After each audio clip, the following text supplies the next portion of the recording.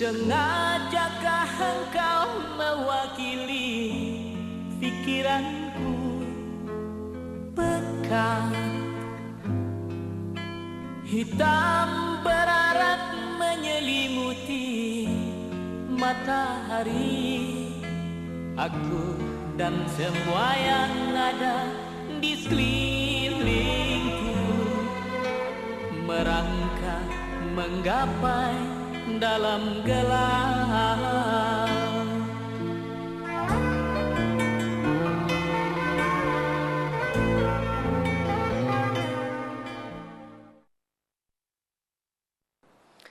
Halo, saya Dewi Huges. Meskipun saya lebih dikenal sebagai presenter TV, saya juga Duta Nasional untuk Penghapusan Trafficking, sebuah peran yang saya emban karena begitu terpukul oleh nasib para korban. Perdagangan manusia atau human trafficking berarti orang dipaksa atau dijerumuskan ke dalam kondisi kerja di mana mereka dieksploitasi atau dimanfaatkan, seperti pelacuran, pengurungan, atau bentuk siksaan lainnya. Pelatihan ini menjelaskan pokok persoalannya agar pembuat kebijakan, penegak hukum, dan pekerja dapat ikut mengalahkan pelaku trafficking. Beberapa identitas telah diubah, tapi mereka ingin suaranya didengar agar orang lain selamat dari penderitaan seperti mereka.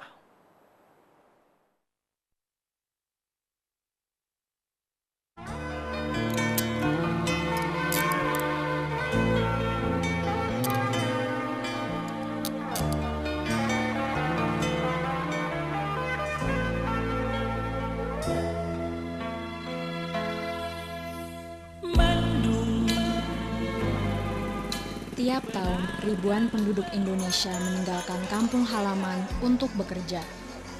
Banyak yang berasal dari daerah miskin yang kehidupannya susah. Mereka tergoda tantangan baru dan gaji besar. Tapi kenyataan tidaklah begitu. Masalahnya, jual beli manusia telah menjadi bisnis besar. Penduduk Indonesia menjadi sasaran utama. Para pencari kerja harus waspada agar tidak menjadi korban dari apa yang disebut dengan perbudakan modern.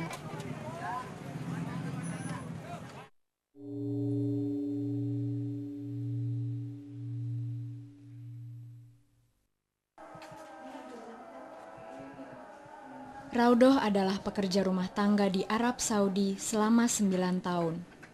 Tapi pekerjaan terakhirnya begitu mengerikan, ia nekat terjun dari lantai 4. Tulang punggungnya pun patah. Sampai hari ini, Raudoh masih harus memakai penyangga untuk menyembuhkan cederanya. Tapi penderitaan mentalnya adalah cedera terbesar. Raudoh tak akan pernah melupakan siksaan majikannya. Luka-luka di kakinya ini akibat disetrika. Kedua lengannya penuh bekas luka pisau. Bahkan, Raudoh pernah disetrum dengan kabel listrik. Akhir saya itu disetrum, itu yang mulutnya. Dimasukkan ke WC, semua disetrumin. Itu mulutnya nggak boleh makan. Terus gimana saya nggak bisa itu?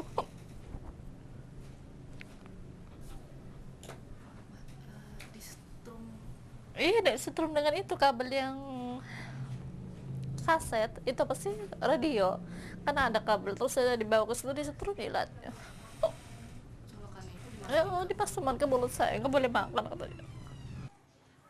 Raudoh tidak sendirian. Semakin banyak pekerja rumah tangga dikurung di tempat mereka bekerja. Mereka adalah korban dari apa yang disebut dengan jeratan utang. Mari saya hentikan video ini sebentar supaya saya bisa menjelaskan kepada Anda mengenai jeratan hutang. Karena ini merupakan masalah terbesar dalam perdagangan manusia. Dalam perdagangan manusia, semua biaya dibayar dari gaji pekerja. Dan untuk memastikan mereka tidak kabur sebelum hutang mereka lunas, mereka harus dikurung. Akibatnya, pekerja terbelenggu hutang. Jika mereka disiksa majikan, mereka tidak akan bisa melarikan diri. Meskipun terdapat protes di masyarakat, pemerintah dan penegak hukum gagal mengusut masalah ini sehingga tuntas. Laporan media mengenai penyiksaan Nirmala Bonet, 19 tahun, melambungkan namanya. Dunia tercengang melihat bekas luka Nirmala akibat pemukulan, penyetrikaan, dan luka bakar. Sang majikan berdalih Nirmala melukai dirinya sendiri, tapi kasus ini memicu keprihatinan dunia mengenai pekerja rumah tangga lain yang sedang disiksa majikannya.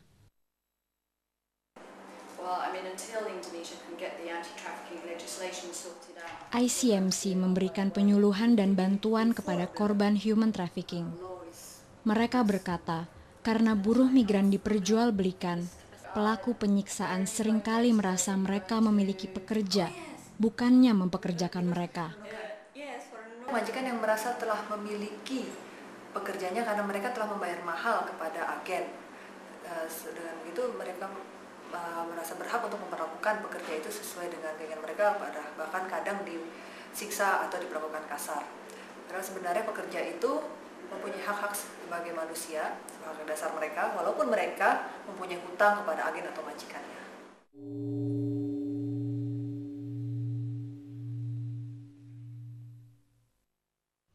Assalamualaikum.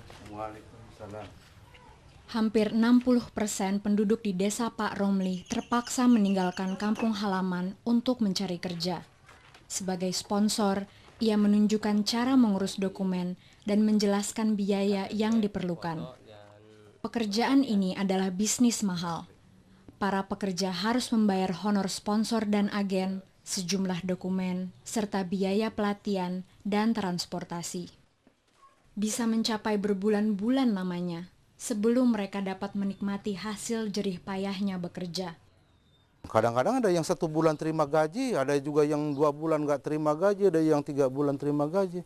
Itu tergantung majikannya sih.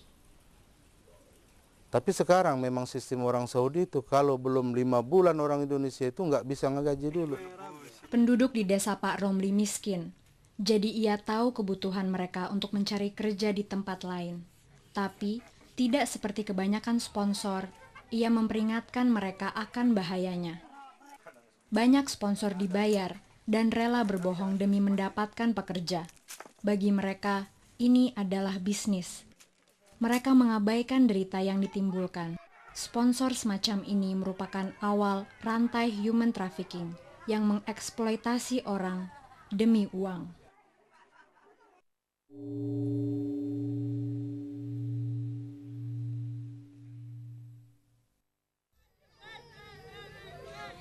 Ini tampak seperti sebuah penjara, tapi tempat ini adalah penampungan buruh migran. Mereka dikurung agar tidak lari dari utang. Para perempuan ini beruntung, tetangga mereka telah menghubungi polisi, mereka pun dibebaskan. Tapi banyak buruh migran telah dikurung berbulan-bulan, dan semakin lama mereka ditahan, semakin besar utang mereka. Penyerangan fisik maupun seksual kerap dilaporkan. Dan biasanya tempat-tempat ini penuh sesak dan kotor. Waktu itu juga tempat untuk kita tidur juga tidak nyaman karena kita juga campur dengan gudang, bahkan kita kadang berdesak-desakan. Sampai-sampai pun kita tidur ya ada juga yang kita tidur tikusnya lewat di badan kita juga ada itu. Ini adalah salah satu tempat penampungan yang layak. Sesuai hukum, pekerja rumah tangga dilatih untuk persiapan kerja. Mereka belajar cara memasak, menyiapkan meja dengan baik, dan penyajian makanan. Pelatih memastikan siswa tahu cara mengerjakan semua hal dengan standar yang sangat tinggi. Mereka belajar cara merawat bayi dan orang sakit. Tanpa pelatihan macam ini, pekerja tak mampu menjalankan alat rumah tangga modern yang tidak mereka miliki di rumah. Para majikan sering menggunakan pendidikan yang kurang sebagai alasan mengapa mereka menjadi marah kepada pekerja rumah tangga mereka.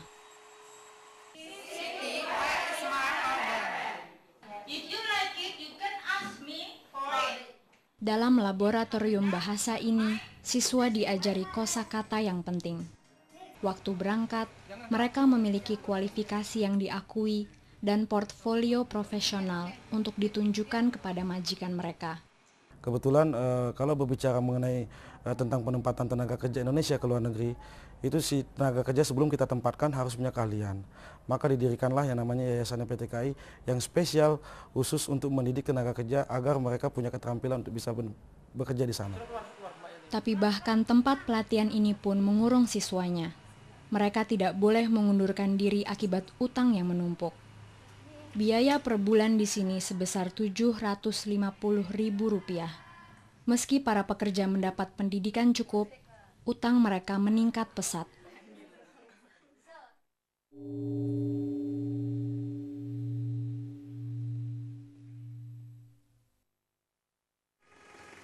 Setelah pulang ke Jakarta, Giati menolong korban human trafficking seperti dirinya.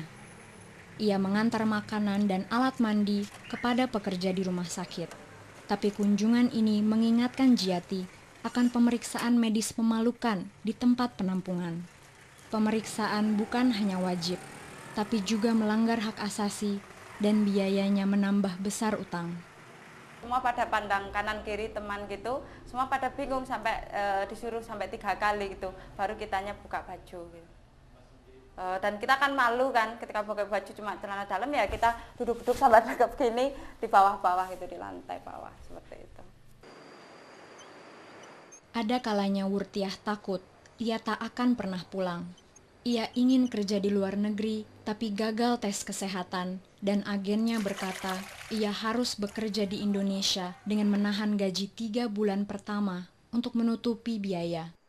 Wurtiah ingin pulang, tapi agennya berkata ia telah menandatangani kontrak 2 tahun dan satu-satunya pilihan adalah melunasi utangnya.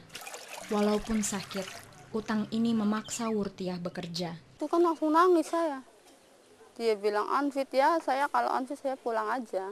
Kamu nggak bisa pulang, harus kerja lokal di sini." Ya tapi saya pengen pulang, kata suami saya, nggak boleh kalau Anfit saya pulang aja, nggak boleh kerja di mana-mana lah, harus pulang. Ya kamu nggak bisa, kalau pengen pulang harus ada uang 2 juta di atas meja saya, dia bilang gitu. Beberapa aparat berkata bahwa jika pekerja secara sukarela berutang, mereka harus melunasinya. Tapi kelompok aktivis berkata, pekerja tidak sepakat untuk dieksploitasi. Mereka mau karena mereka berharap bisa membayar utang itu kembali dengan hasil mereka di luar negeri. Yang masalahnya mereka tuh tidak tahu kalau mereka nanti di sana akan terjerat dalam situasi kerja yang eksploitatif. Itu umpamanya seperti ikan. Ikan ini mau menggigit umpan, tapi mereka nggak tahu kalau nanti akan dimasak.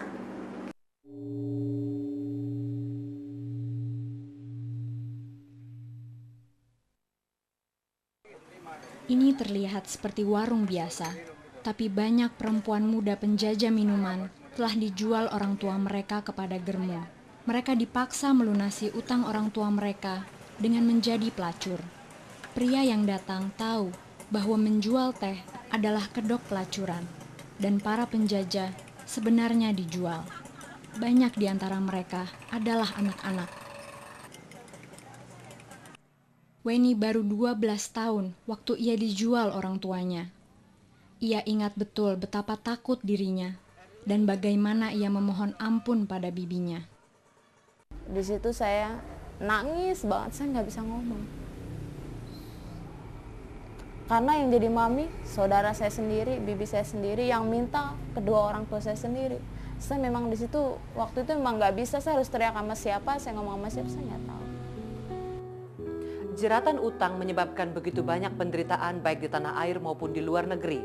Perempuan dan anak bahkan dikurung dan dijerumuskan ke dalam keadaan mengerikan. Semata-mata karena uang. Biaya yang ditagih seringkali dinaikkan dan tidak legal. Para korban menderita supaya orang lain menjadi kaya. Siapapun tidak boleh dikurung karena memiliki utang. Kejahatan ini sering tidak dihiraukan dan tidak diberi hukuman. Mari simak lagi apa yang telah disampaikan para korban. Jeratan utang disebabkan gaji pekerja ditahan berbulan-bulan untuk melunasi biaya.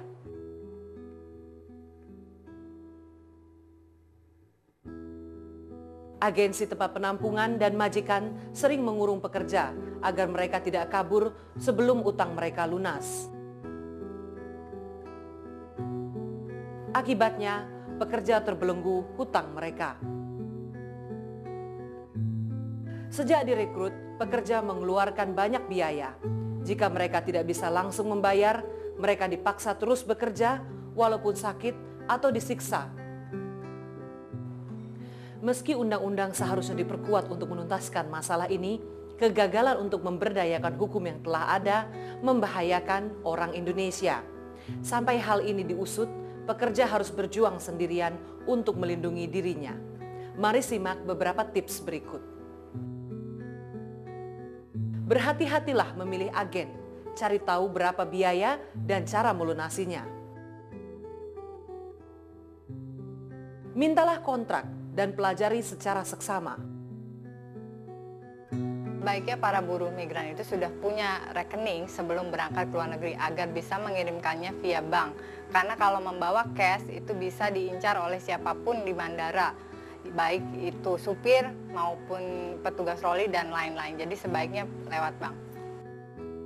Buruh migran harus curiga terhadap orang-orang yang menawarkan mereka pekerjaan. Pelaku perdagangan manusia tidak selalu berupa sindikat. Mereka juga bisa berupa keluarga, tetangga, atau bahkan teman.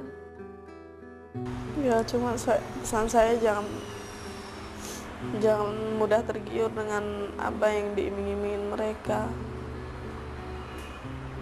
Jangan percaya 100% sama teman. Belum tentu teman kita itu baik sama kita. Enggak, mungkin baik di depan kita, di belakang kita, tak tahulah namanya orang. Pesan saya hati-hati aja.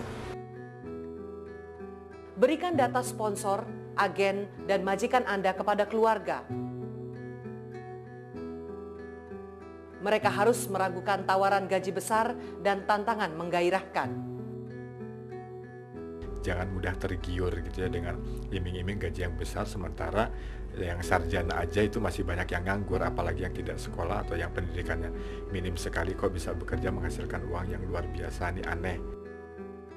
Pilih pusat pelatihan yang baik dan tanya berapa lama Anda di sana. Secara legal, agen dilarang merekrut Anda jika tidak ada lowongan. Kepada calon-calon TKI yang mau berangkat, harap betul-betul memilih PJTKI yang jelas alamatnya, yang jelas fasilitasnya, dan tanya betul-betul persyaratan yang harus dia penuhi. Jangan mau bayar duit yang berlebih-lebih, kecuali duit-duit tertentu yang seperti medikal dan transportasi dari daerah ke Jakarta. Ingat, majikan akan marah jika Anda tidak terlatih. Jadi pastikan Anda mampu melakukan pekerjaannya. Ibu penyakit sama anak-anak ibu biar kelantar juga, jangan sampai mau keluar negeri lah. Ibu masih mendingan dapat majikan yang baik. Tapi ngeliat-liat orang mah banyak yang disiksa.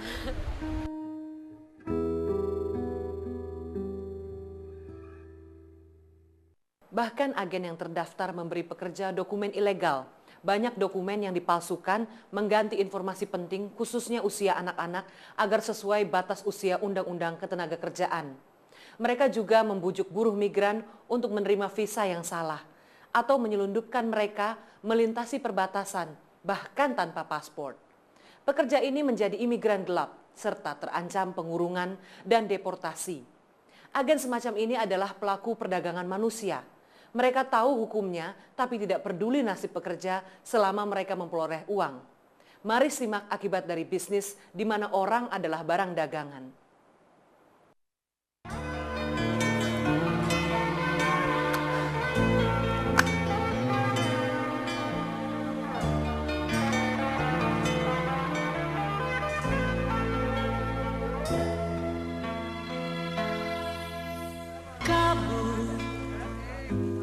Para imigran gelap ini telah dideportasi dari Malaysia. Mereka heran karena diperlakukan layaknya kriminal. Padahal mereka memang telah melanggar hukum. Walaupun telah membayar agen untuk dokumen mereka, jika dokumen ini ilegal, buruh migran yang menderita. Banyak di antara mereka yang juga dicambuk, selain dikurung dan dideportasi. Dipukul sampai sana di penjara, dipukul sama Melayu-Layu itu. Jadi kita tidak kerasan di dalam, mau minta pindah, tidak boleh. Pindah bilik, tidak boleh. Jadi kita salah sedikit kena pukul. Pelaku trafficking membujuk pekerja untuk memakai paspor orang lain, dokumen palsu, atau visa turis. Mereka tidak menjelaskan bahwa ini adalah pelanggaran hukum serius. Perempuan pun menghadapi sanksi berat. Lah, tak enak lah, saya kencing, tak boleh. Berak tak boleh, dipukul terus. Ditelanjangin semua, orang perempuan ditelanjangin semua. Tak tahulah, polis perempuan. Itu misi namanya dekat sana, misi perempuan yang nelanjangin semua. Malaysia memberikan amnesti agar pekerja ilegal kembali secara sukarela. Tapi mereka juga merekrut 400.000 sukarelawan untuk melacak mereka yang bersembunyi. Perempuan ini dan keluarganya dilaporkan ke polisi oleh tetangganya.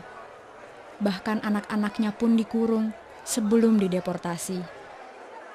Ada orang bagi maklumat lah. Datang dekat rumah. Bagaimana perilaku dia, baik atau kasar? Kasar lah dia. Pasal ada orang itu ada orang ngerepot. Agen Nurfin gagal melengkapi dokumen yang diperlukan. Maka Nurfin menjadi target empuk lintah darat yang mengancam akan melaporkannya jika tidak diberi uang. Jadi begitu amnesti diumumkan, ia pun menyerahkan diri. Sampai sekarang kami itu dengar pengusiran orang tidak ada paspor. Pokoknya tidak resmi lah. Jadi kami serahkan diri sama polis, minta kasihan lah. Lagipun dia janji masalah gaji, tidak betul. Saya pun diambil 700, saya punya duit 700. Bisa simpan dapat lubang tapi dia jumpa. Disuruh tungging semua, lepas itu suruh push up, macam ni 50. Kita bagi tak tahan, kita bagi dia. Menteri Pemberdayaan Perempuan Mutia Hatta mengunjungi pelabuhan di Jakarta untuk bertanya pada para korban apa yang mereka lalui. Ia sadar bahwa usaha harus dilakukan untuk melindungi buruh migran agar tidak dieksploitasi. Itu saling harus bekerja sama, tapi juga ketika mereka ke sana itu juga harus lebih ada penertiban kepada orang yang mengirim dan juga memantau kondisi mereka ketika mereka sudah bekerja di sana, jangan dilepas saja. Buruh migran mau menerima dokumen ilegal karena mereka tidak tahan lagi, ingin keluar dari kemiskinan. Tapi kerelaan ini kelihatannya dieksploitasi oleh para pelaku perdagangan manusia. Mereka memanfaatkan status ilegal untuk mengontrol pekerja, mengancam mereka akan ditangkap jika melarikan diri. Walaupun dokumen mereka asli, para agen sering menahannya untuk menjerat pekerja. Agen memanfaatkan ketakutan ini untuk menjerumuskan mereka ke dalam pekerjaan seperti pelacuran.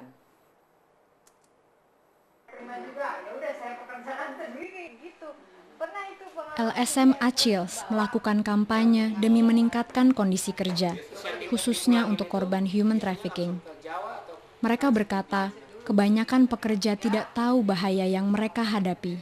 Orang yang masuk ke dalam suatu negara tanpa dokumen yang legal, tidak lengkap, itu bisa dimanfaatkan karena bisa dipekerjakan tanpa dia mau, tanpa persetujuan dia untuk dipekerjakan sebagai apa saja, dan dia tidak mempunyai perlindungan sama sekali. Maka dari itu dia bisa menjadi korban dari perdagangan manusia.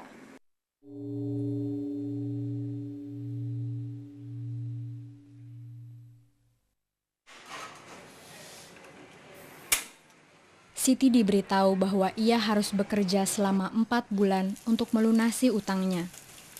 Tapi setelah 8 bulan, ia masih belum menerima apapun. Ketika ia meminta pulang, sang agen memukulinya, jadi ia pun melarikan diri. Masalahnya, agennya menahan dokumen, dan tanpanya, Siti seperti imigran gelap. Status yang menguntungkan untuk dieksploitasi majikan berikutnya. Kemudian saya dicarikan sama kawan kerja di restoran di daerah Pulau Pinang juga.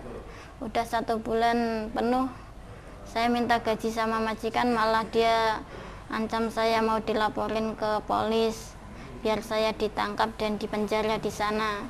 Saya kan punya hutang 4 bulan ke agensi itu. Jadi sebelum 4 bulan itu saya belum bisa pulang ke Indonesia. Kalaupun saya pulang ke Indonesia itu diproses paspor lagi, kemudian masuk ke Indonesia, ke Malaysia lagi gitu. Ketakutan Siti bahwa ia akan diperdagangkan ulang adalah ketakutan nyata. Biasanya, agen akan berusaha menangkap pekerja di perbatasan. Lembaga Swadaya Masyarakat atau LSM Migrant Care membantu pekerja bermasalah. Mereka bilang, bahkan jika seseorang adalah korban trafficking, polisi tidak menerimanya sebagai pembelaan. Ya kalau terjadi penangkapan ya memang kemudian polisi biasanya memang tidak mau tahu menau apakah ini memang korban rekrutmen ilegal atau memang berangkat secara ilegal atau yang lain.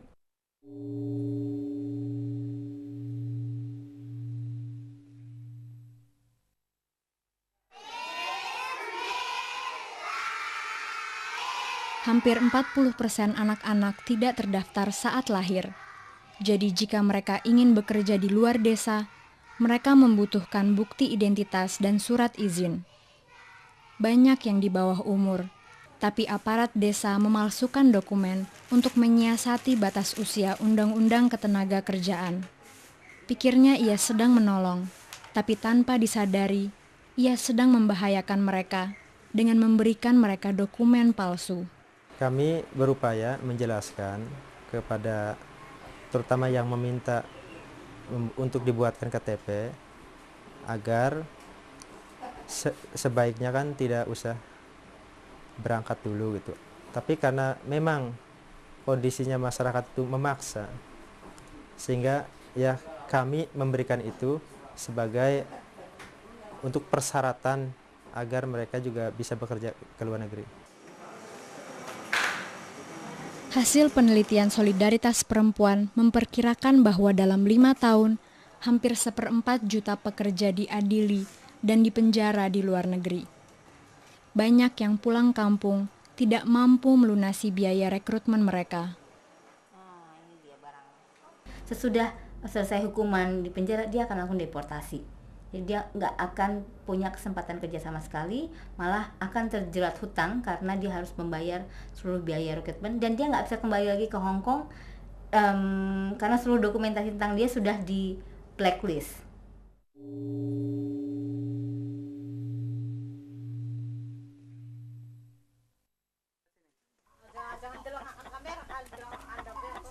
Hidup Casingkem kembali normal setelah penyanderaannya di Irak berakhir.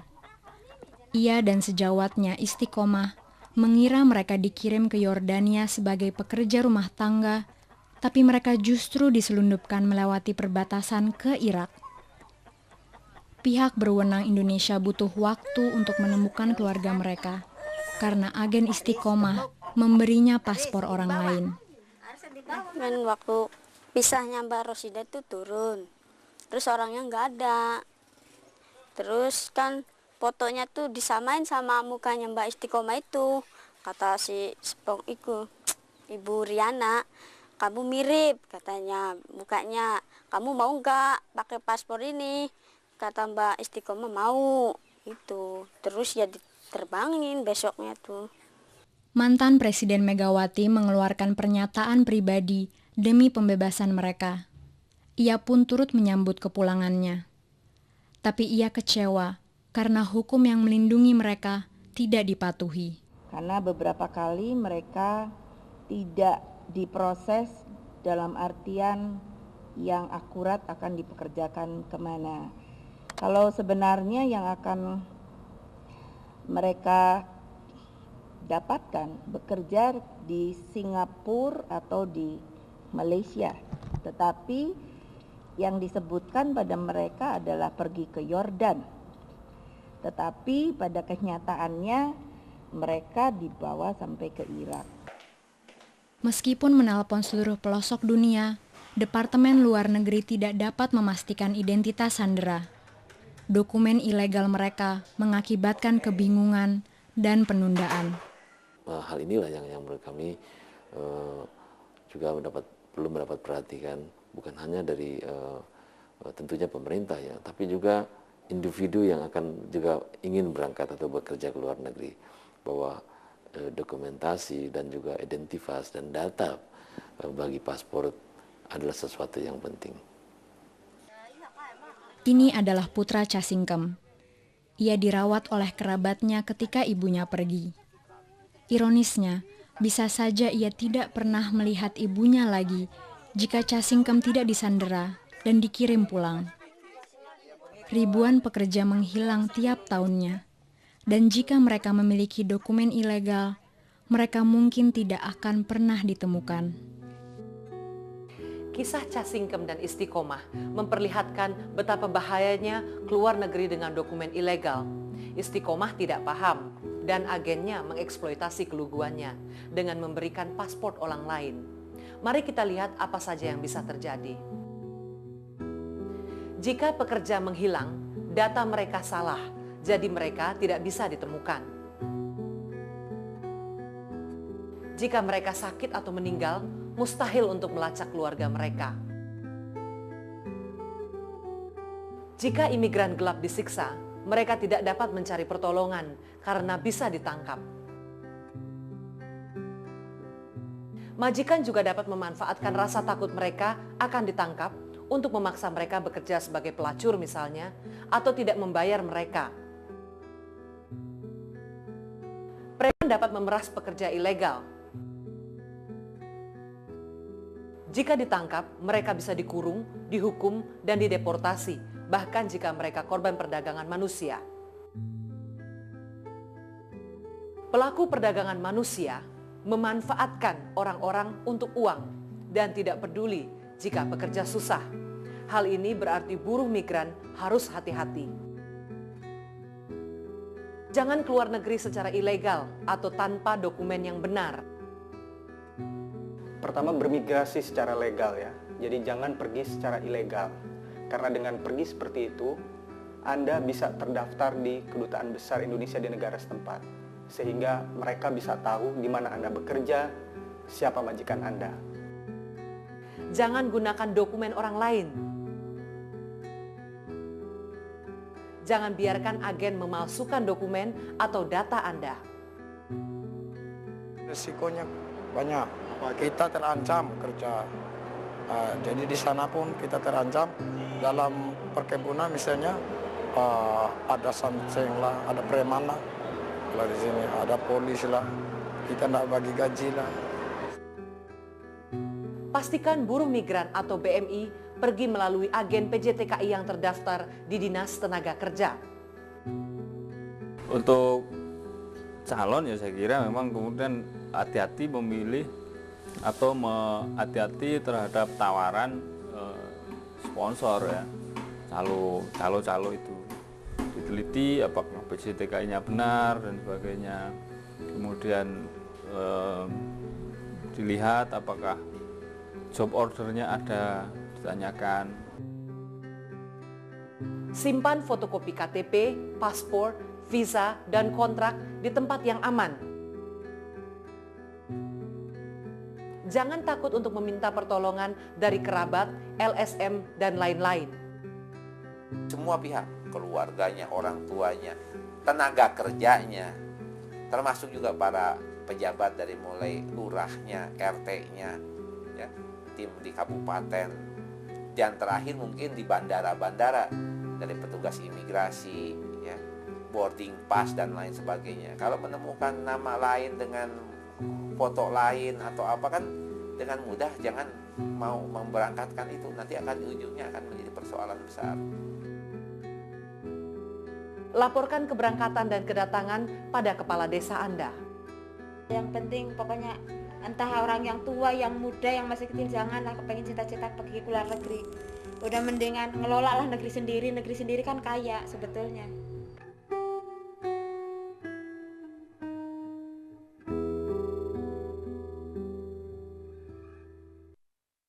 Walaupun perempuan atau anak-anak secara sukarela bermigrasi untuk bekerja, mereka juga terancam menjadi korban perdagangan manusia jika ditipu.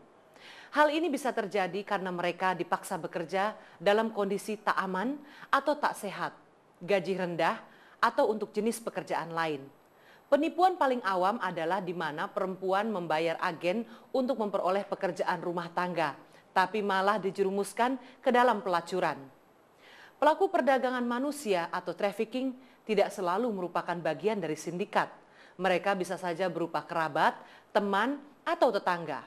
Sedihnya hal ini membuat susah mengenali mereka sebelum terlambat.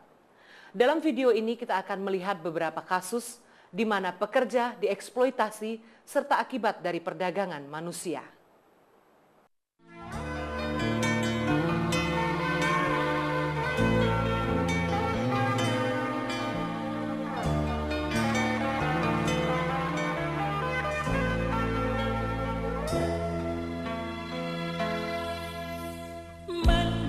Yatimi dan keluarga masih berusaha mencari tahu apa yang telah terjadi pada putrinya. Ika direkrut oleh tetangganya untuk pergi ke Taiwan sebagai pekerja rumah tangga, tapi ditemukan tewas di depan kompleks apartemen ini di Malaysia. Polisi percaya Ika bunuh diri karena dikurung dalam sebuah apartemen di lantai 15 dan disuruh menjadi pelacur. Ayahnya ingin para pelaku trafficking Ika ditemukan dan berkata ia tak akan pernah bisa memaafkan tetangganya yang merekrut Ika. Saya tidak terima. Anak saya dibawa sus sampai meninggal di luar negeri. Saya ini seperti tidak bertanggung jawab.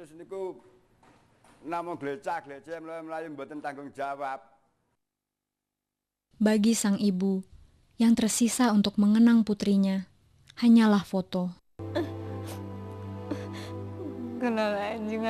Saya kalau ingat cuma bisa melihat fotonya. Fotonya saya ciumi. Biasanya dia yang menciumi ibunya.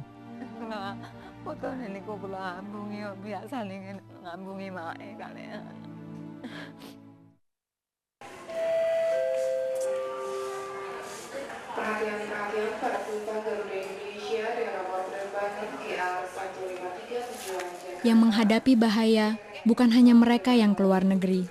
Eni takut naik pesawat dari Batam ke Jakarta ini. Ia baru saja lari dari rumah bordil dan khawatir bahwa sindikat akan menangkapnya di bandara. Jilbab Eni membuatnya lebih sulit dikenali. Ia pergi ke Batam karena rayuan gaji besar. Tapi waktu tiba di sana, Eni sadar dirinya telah dijual untuk melacur. Aku kira ya waitress, kalau nggak waitress toko gitu. Ya, saya tahu waktu dijualnya tuh waktu duduk di situ kok ada laki-laki yang ada orang datang terus ngeliat terus ngambil orang. Saya taunya pas di situ. Baru sadar saya kalau dijadiin pelacur di sini.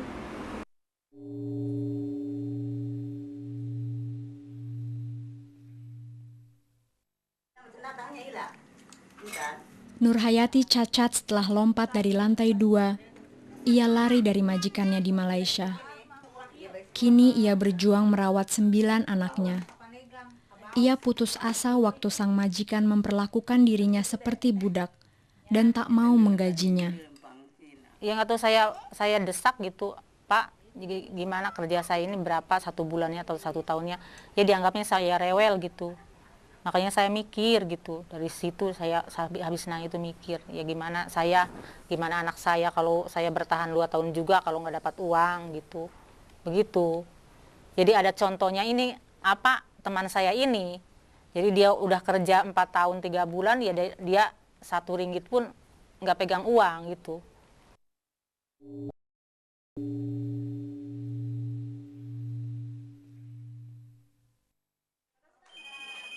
Setiap tahun, semakin banyak buruh yang pulang berakhir di Rumah Sakit Polri Jakarta. Beberapa menderita penyakit yang seharusnya disadari sebelum mereka berangkat. Tapi yang lainnya jelas-jelas telah disiksa. Biasanya karena dianiaya oleh majikan ya, barangkali karena dia tuh dianggap kurang cepat menanggapi panggilan majikan atau mungkin kurang baik mengerjakan kerjaan, jadi tidak sesuai dengan apa yang diharapkan, sehingga mungkin majikannya emosi, kemudian dia dipukul, ada yang disetrika, ada yang dipukul dengan benda tajam dan sebagainya.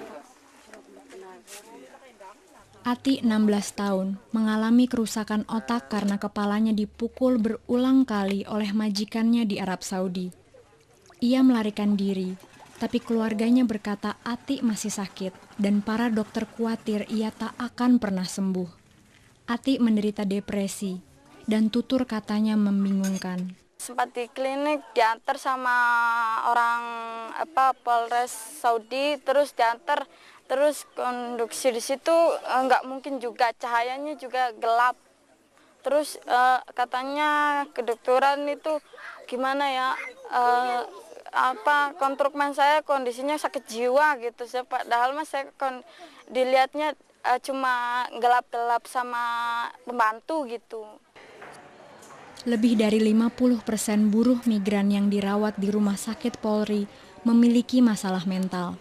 Para dokter berkata, beban kerja berat, stres, dan dikurung jauh dari rumah dapat memicu penyakit depresif yang hebat. Perbedaan sosial budaya yang misalnya kangen rumah yang mendadak, selalu pikir keadaan rumahnya, dan mereka harus adaptasi ke lingkungan yang baru.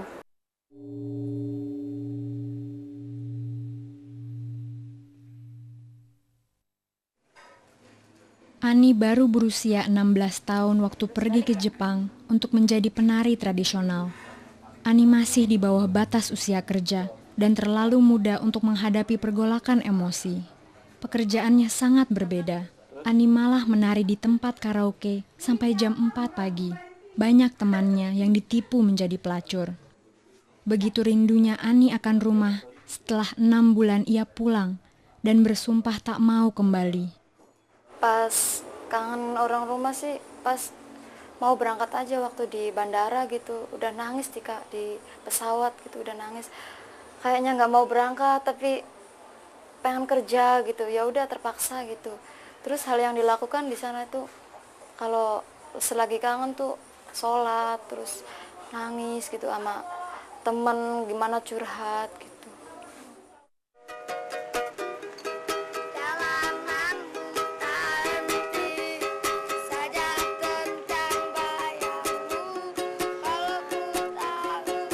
Anak-anak sangat rentan. Mereka belum memiliki kesempatan untuk mengembangkan naluri untuk menjaga diri dan mudah ditipu. Anak menurut Konvensi Hak Anak adalah seseorang yang belum matang baik secara fisik, mental maupun spiritual. Oleh karena itu mereka menjadi sangat lemah dan beresiko. Karena mereka belum dewasa, tidak berpikir seperti orang dewasa, tidak tahu mana yang baik dan buruk. Karena spiritualnya masih sangat lemah, sehingga kalau misalnya mereka dipekerjakan, ini akan membuat perkembangan mereka terhambat, merusak perkembangan mereka, baik secara fisik, mental maupun spiritual.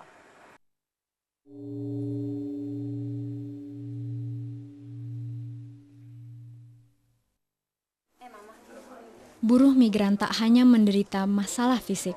Waktu kerja di Taiwan, Soirah dilarang sholat dan dipaksa makan masakan yang digoreng dalam minyak bekas memasak babi.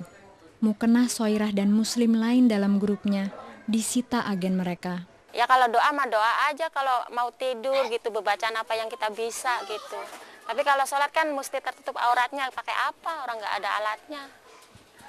Ya kalau agama Islam kan mesti pakai itu kan, mukena gitu.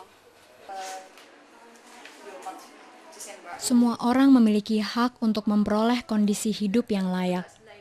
Hak-hak ini dilindungi konvensi internasional. Semua manusia ya, termasuk pekerja atau buruh migran itu punya hak-hak dasar sebagai manusia, seperti mempunyai hak untuk memperoleh pekerjaan yang layak, memperoleh gaji yang memadai, waktu istirahat yang cukup, kemudian mereka juga punya hak untuk menjalankan ibadahnya sesuai dengan keyakinannya. Mereka tidak boleh dieksploitasi. Kalau mereka direkrut mungkin dengan cara ancaman atau dengan cara penipuan untuk tujuan kemudian dieksploitasi, contohnya mungkin saja mereka sudah menjadi korban trafficking. Sepanjang lorong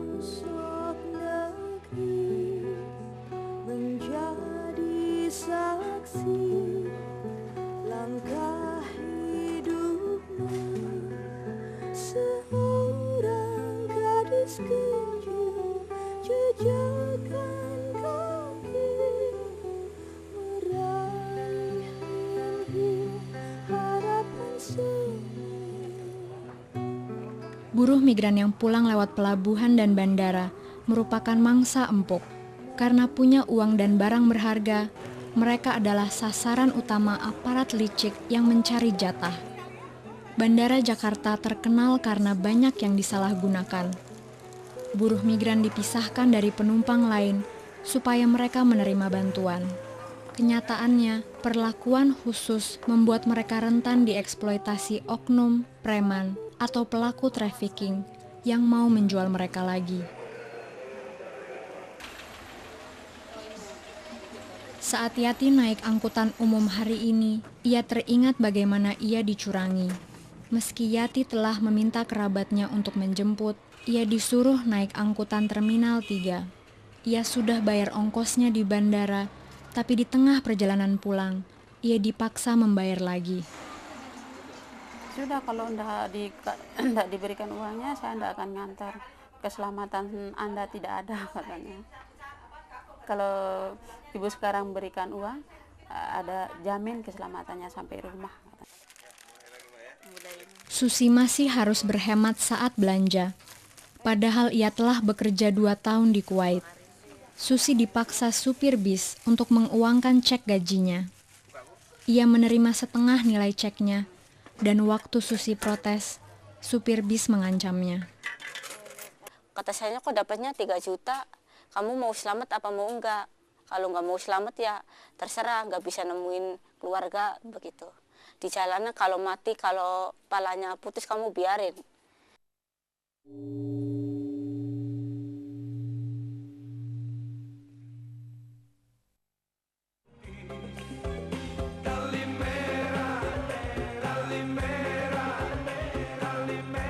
Batam boleh tampak seperti kota berpesta dan bersenang-senang. Tapi di balik hingar-bingar Batam, terdapat perdagangan mengerikan yang menghancurkan hidup ribuan orang Indonesia. Karena dekat dengan Singapura dan Malaysia, Batam mengundang turis seks.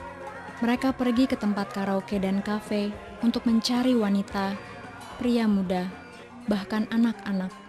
Ya cenderungnya kalau tamu mereka pilih yang muda ya. Karena mereka nganggap kalau yang PS yang masih muda itu pasti masih jarang dipakai dan belum banyak penyakitnya gitu. Jadi kalau pakai yang masih muda, kemungkinan tamunya meyakini bahwa akan sedikit akan tertular oleh penyakit menular seksual itu. Banyak pasien Dr. Amir Hakim adalah pekerja seks. Beberapa hamil, banyak memiliki kutil perih yang bisa berkembang menjadi kanker. Sementara jumlah pengidap AIDS terus meningkat. Ia berkata, pelacur atau PSK muda tidak lebih aman karena perempuan berusia 12 tahun telah dipaksa melayani puluhan pria. Yang paling bahaya di sini adalah penyebarannya nantinya gitu. Jadi si PSK tersebut akan menularkan kepada tamunya, dan tamunya ini bisa menularkan kemana-mana karena seorang tamu yang memang senang dengan PSK, artinya kadang-kadang mereka dalam 1 minggu itu bisa minta dilayani oleh 5 PSK yang berbeda gitu loh. Jadi sangat riskan sekali terhadap penularannya.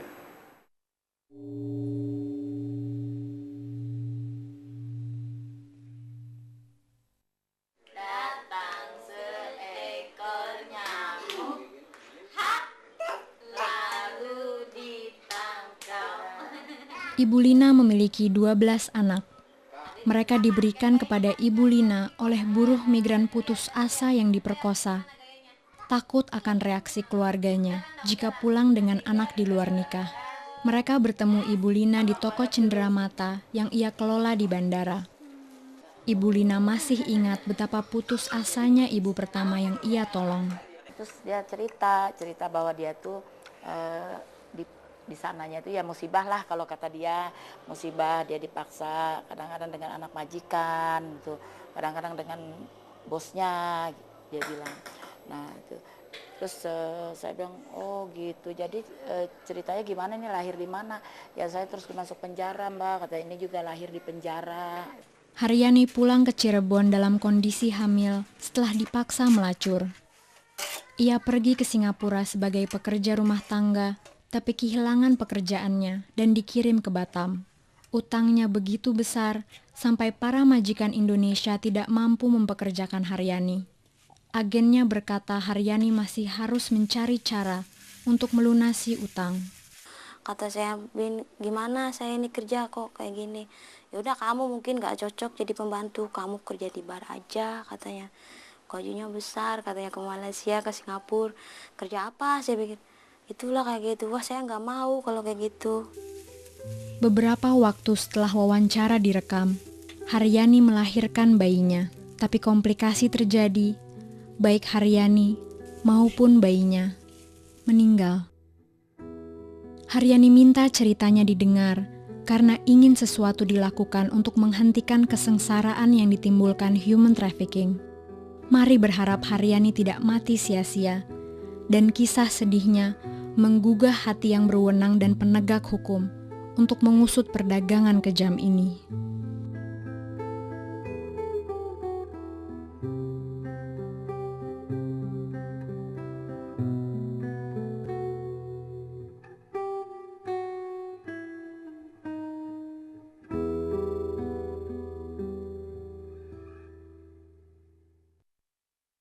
Sedihnya korupsi dijadikan alasan kinerja penegak hukum dan aparat pemerintahan yang buruk dalam melindungi pekerja dari pelaku perdagangan manusia.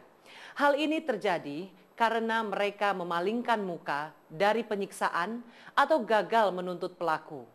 LSM berkata, polisi bahkan meminta bayaran dari keluarga untuk mengusut dugaan.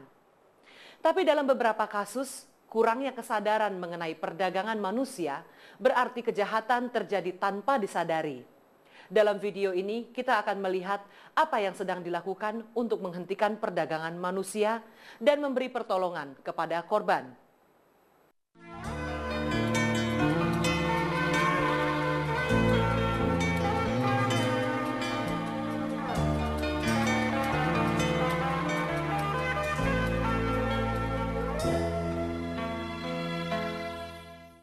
Lihat nak, baca, ini warung kita. Drama ini tentang warung yang dipakai untuk menjerumuskan anak-anak ke dalam pelacuran. Pemiliknya terkejut, menyadari bahwa Germo telah mengincar para pelanggan mudanya. Semua orang dalam drama ini adalah korban trafficking. Mereka memakai teater untuk meningkatkan kesadaran demi menyelamatkan orang lain agar tidak dieksploitasi. Salah satu aktris berkata, kalau ia telah diperingatkan, mungkin ia sadar bahwa wanita yang ia pikir adalah temannya sebenarnya adalah pelaku trafficking. Ia baru 14 tahun saat sadar ia dikurung dalam sebuah kamar hotel di Bali dengan seorang pria. Saya bilang, mau apa di sini? Saya bilang gitu. Loh, saya itu tamu kamu harus melayani saya dengan baik, dia bilang gitu. Dokumenter ini memperlihatkan bahwa warung dipakai untuk menjerumuskan anak-anak. Lokasi dekat sekolah mempermudah menjangkau remaja. Mereka memberi cicilan untuk handphone atau buku. Tapi jika sang gadis tidak dapat melunasi utang, ia dipaksa menjual keperawanan. Para gadis menghadapi hamil di luar nikah, penyakit seksual, dan penyesalan. Nangis, terus mandi berapa kali, kayaknya gimana gitu, sedih habis. Kalau disuruh bapak ibu gitu, yuk kawin aja deh gitu, langsung takut gitu, takut ketahuan. Saya teman pernah sih kejadian baru kawin langsung diceraiin, kayak kalau dia nggak perawan. Dokumenter televisi seperti ini menggambarkan betapa kejamnya pelaku perdagangan manusia. Seiring dengan meningkatnya kesadaran, lebih banyak penampungan dikelola pemerintah dan juga badan amal untuk membantu korban melarikan diri. Pekerja harus tahu letak tempat-tempat ini sebelum berangkat.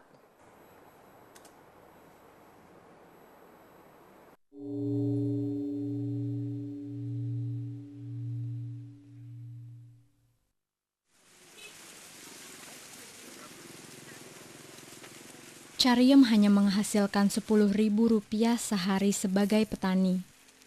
Tapi ia memilih berjuang di tanah air ketimbang bekerja di luar negeri lagi. Ia dikurung oleh agennya di Malaysia, tapi ia akhirnya melarikan diri ke kedutaan Indonesia. Ya udah, kalau kamu udah melarikan diri di sini udah aman, yang penting kamu udah sabar di sini, yang penting kamu makan, walaupun nggak dapat gaji kamu nanti bisa pulang di Indonesia. Karena lokasinya, Dinas Sosial Batam mengurus beragam kasus penyiksaan. Banyak yang dikirim oleh kedutaan Indonesia di Singapura dan Malaysia.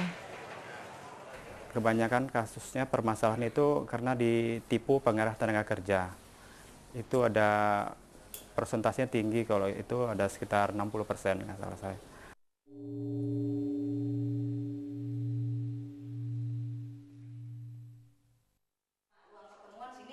Pemerintah Batam membuka penampungan krisis bagi korban penyiksaan. Mereka berkata semua harus sadar, jika mereka dikirim ke kota wisata, kemungkinan besar mereka akan dieksploitasi. Jangan mudah ditipu, khususnya kaum perempuan dan anak. Karena sindikat trafficking ini nih, memang betul-betul tidak bisa ditolerir. Kita tidak bisa melihat begitu rapinya kerja mereka. Sehingga kita tidak bisa menelusuri siapa yang berbuat ini.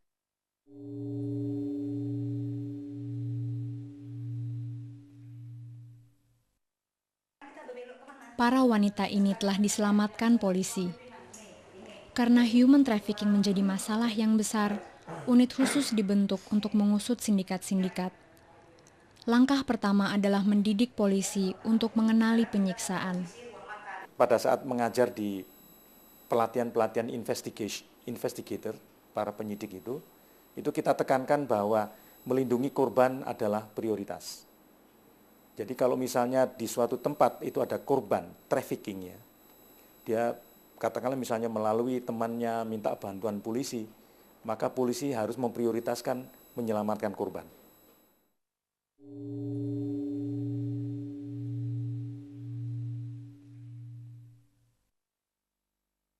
Departemen Tenaga Kerja atau Depnaker bertanggung jawab memelihara tempat penampungan dan dapat menarik izin agen yang jahat.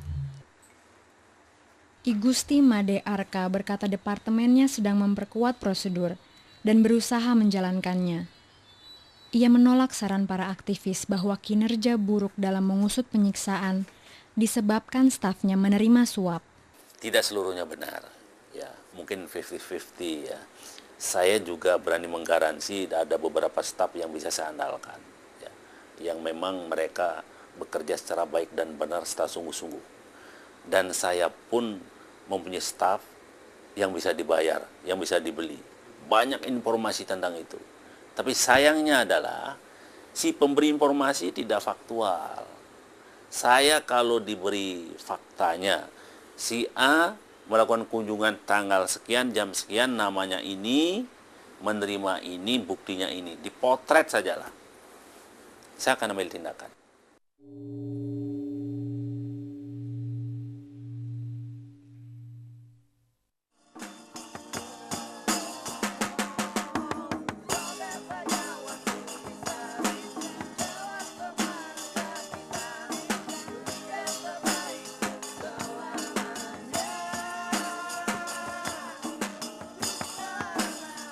Para musisi ini memulai karir di jalanan.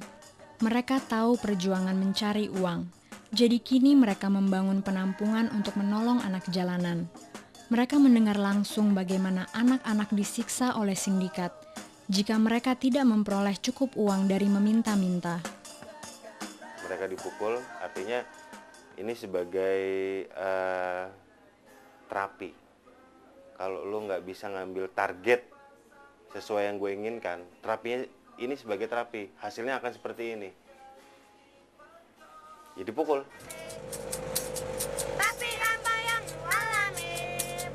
Beberapa anak jalanan berasal dari keluarga miskin, tapi banyak merupakan korban trafficking. Mereka mungkin telah diculik atau dibeli sindikat, yang mengambil hampir seluruh penghasilan mereka. Ini yang saya bilang sindikat, artinya sangat sulit anak-anak untuk cabut untuk lari dari, katakanlah dari genggaman trafficker. Karena selalu mereka melakukan monitoring yang ekstra ketat. Tempat seperti Sanggar Anak Akar di Jakarta memberi tempat pelarian bagi anak. Di sini mereka punya kesempatan unjuk keterampilan dan juga tempat untuk tinggal. Penampungan semacam ini melindungi anak dari bahaya dan memberi mereka peluang membebaskan diri dari jeratan kemiskinan. Para korban trafficking ini menjual kacang goreng untuk membayar penginapan dan perjalanan pulang. Pemasukan ini membantu biaya penampungan tanpa bergantung penuh pada sumbangan. Penampungan memberi tempat pelarian pada perempuan yang dipaksa menjadi pelacur. Saya selalu mengatakan jangan pernah kembali ke Batam. Dan saya selalu menyarankan supaya jika mereka muslim dan kebanyakan muslim yang saya tangani, saya selalu mengatakan kembali ke agamamu. Masuk ke persekutuanmu, masuk ke masjid, masuk ke wiritannya orang Islam, dan ceritakan apa yang kamu alami supaya kamu bisa mencegah orang-orang di sekitarmu mengalami hal yang sama.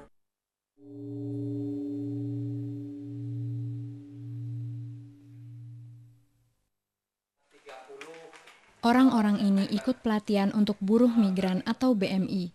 Mereka akan menghadapi bahaya dan mau menyiapkan diri. Mereka datang dari Cirebon, di mana 36.000 orang meninggalkan rumah untuk bekerja. Statistik menunjukkan dalam 6 bulan, 1.000 dari mereka akan disiksa. Tapi dengan pelatihan yang tepat, mereka mampu mengenali bahaya dan menghindarinya. Intinya menyadarkan BMI itu sendiri, karena BMI kerap kali mengalami kejadian-kejadian yang sangat merugikan, diantaranya itu kan pemerasan, pelecehan seksual, lalu perkosaan, juga tindakan-tindakan abuse atau tindakan salah, dan eksploitasi lainnya. Lebih aman, lebih lancar, dan mungkin saya lebih mengerti gitu. Lebih mengerti apa yang harus saya lakukan di negeri sana. Buat saya yakin dan percaya gitu bahwa masih ada perlindungan yang lebih kuat untuk para TKW dan TKI. Majikan nih waktu nyuapin anak majikan tuh sisi. Tidak semuanya bernasib buruk. Hajah Fitriah pergi ke Arab Saudi 4 kali selama 6 tahun dan menikmati tiap perjalanannya. Masalahnya, semuanya untung-untungan. Apakah Anda bisa semujur Fitriah? Majikannya baik-baik semua sih, anak-anaknya juga nurut sama saya. Gitu, udah seperti ibunya sendiri aja gitu. Kalau manggil juga kadang-kadang mama ke saya gitu. Politisi, pengacara, polisi, dan juga buruh migran harus lebih sadar akan pokok persoalannya. Mari perhatikan apa yang telah kita pelajari dari video ini. Warung sering digunakan oleh pelaku perdagangan manusia untuk mengincar remaja. Mereka menawarkan cicilan untuk membeli barang mewah, lalu menjerumuskan gadis-gadis ini ke dalam pelacuran. Pemerintah dan LSM membangun penampungan untuk membantu korban melarikan diri. Berikut adalah beberapa tips mengenai apa yang harus dilakukan jika Anda kesulitan. Jika Anda dieksploitasi atau disiksa, berusahalah untuk kabur. Jika Anda berada di luar negeri, pergilah ke Kedutaan Indonesia. Anda punya hak untuk segera meninggalkan rumah majikan. Anda tidak harus tinggal di rumah majikan kalau Anda diperlakukan tidak manusiawi. Lalu, laporkan diri Anda ke kepolisian terdekat atau pergi melapor ke Kedutaan Besar Indonesia di negara tersebut. Kalau kamu sampai kerja di luar negeri, jangan sampai melarikan diri, sampai cari di mana-mana, carilah kedutaan gitu. Saya bilang gitu. Pasti kamu walaupun nggak punya uang, pasti bisa pulang di Indonesia kan. Yang penting sabar gitu. Saya bilang gitu sama kawan-kawan saya. Jika Anda di Indonesia, telepon polisi, hubungi dinas sosial atau cari LSM. Cari tahu kemana Anda akan dikirim. Tolong daerah asal memberikan informasi sebelum warganya datang ke kota Batam. Inilah Batam. Ceritakan tentang Batam. bagaimana kerasnya Batam, bagaimana nanti Anda dijual di kota Batam, dikirim ke luar negeri itu hanya sebuah janji. Jangan migrasi untuk kerja sebelum Anda berusia 18 tahun. Jangan terbujuk tawaran pinjaman uang, bisa saja ini merupakan perangkap. Jangan ambil keputusan sendiri, diskusikan dengan keluarga Anda. Saya pesan kepada orang-orang tua, ya, tolonglah, cukup anak saya yang jadi korban, ya. Jangan anak-anak yang lain, jangan anak-anak yang lain. Tolong orang-orang tua itu jaga anaknya baik-baik, lindungi anak-anaknya baik-baik. Walaupun juga saya sangat-sangat melindungi anak saya, sangat menyayangi anak saya. Jika Anda dipaksa untuk menyuap petugas, berikan buktinya kepada atasan mereka. Jika Anda kecelakaan, Anda sebaiknya klaim ke asuransi. Akhirnya, bagaimana caranya mengenali pelaku perdagangan manusia atau trafficker? Sponsor adalah trafficker jika mereka membohongi pekerja mengenai pekerjaan dan kondisi atau memberi dokumen palsu. Agensi menjadi trafficker jika mereka mengurung perempuan atau memaksa mereka melakukan pekerjaan lain, khususnya pelacuran. Pejabat pemerintahan adalah trafficker jika mereka memalsukan dokumen, tidak mengacuhkan pelanggaran rekrutmen atau buruh, atau membantu seseorang melewati perbatasan secara ilegal. Majikan menjadi trafficker jika mereka memperlakukan bawahan mereka secara tidak layak, menahan mereka dalam jeratan utang, atau memaksa mereka bekerja. Pemilik rumah bordil yang memaksa perempuan ke dalam pelacuran, mengurung mereka, atau mempekerjakan anak di bawah 18 tahun adalah trafficker.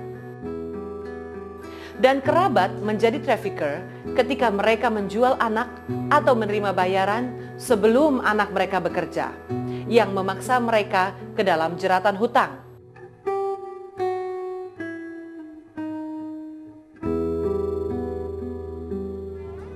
Marilah kita bergandeng tangan dalam kampanye penghapusan trafficking untuk menghentikan bangsa kita dijual sebagai budak modern.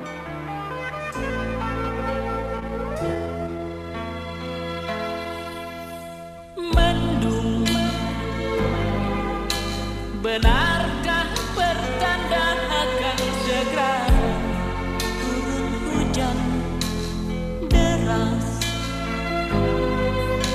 agar semua basah yang ada di muka bumi siramilah juga jiwa kami semua yang tengah dirundung kegalauan.